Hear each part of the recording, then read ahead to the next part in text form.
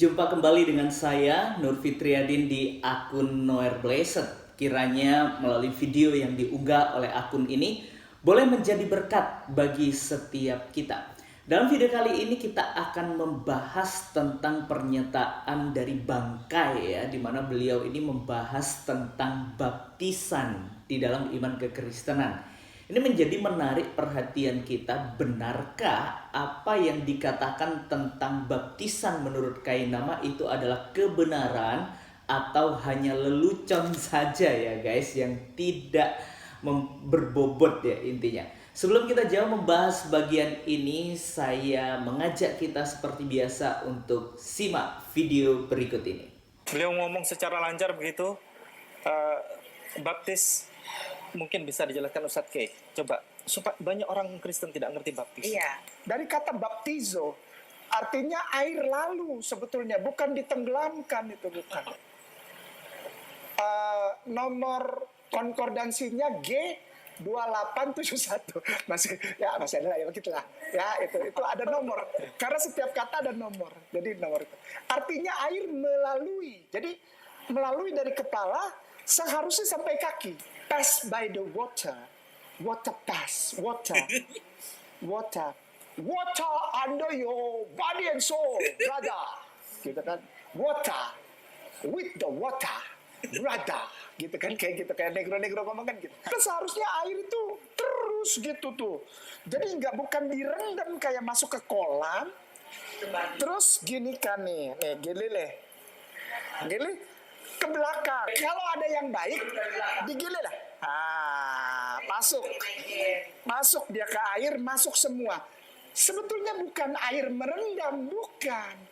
Mestinya air itu lewat semua.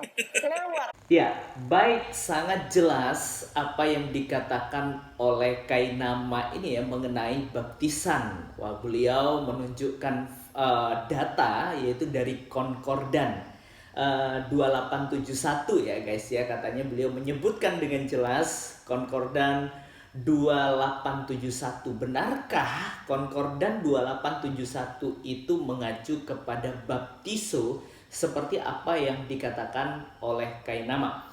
Mari saya mengajak kita untuk melihat Konkordan 2871. Sebenarnya ini bukan menuju kepada baptizo ya, dimana beliau tadi dengan jelas ya, dengan PD-nya menyatakan bahwa 2871, katanya beliau ini masih ingat bahwa itu adalah baptizo. Ya, mari kita perhatikan sebenarnya Konkordan 2871 itu adalah kope ya. Kope bukan baptizo ya guys ya. Nah, di sini diartikan the act of cutting atau akad, memotong ya, artinya bukan baptisan. Ya, ini menarik ya menjadi pembahasan kita. Oke lah, kita maklumi mungkin beliau salah ngomong atau salah ingat ya guys ya, menjelaskan tentang konkordan yang ada. Tetapi menariknya kita akan membahas definisi dari baptizo itu sendiri ya, katanya sampai bukan dibenamkan tapi air yang mengalir atau pakai pemadam kebakaran katanya guys, selang kamir ya katanya. Wah, ini menarik, kita simak dulu videonya. Beliau ngomong secara lancar begitu, baptis.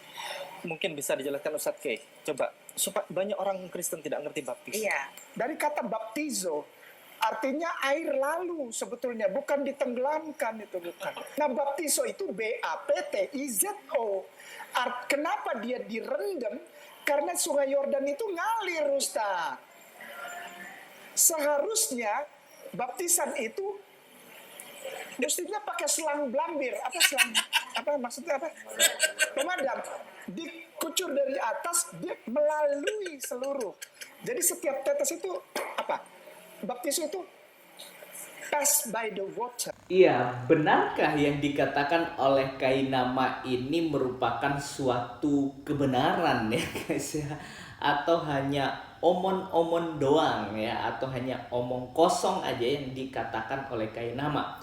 Ya sebenarnya kalau kita memperhatikan di dalam konkordansi ya guys, itu baptizo itu ada di G907 ya. Baptizo.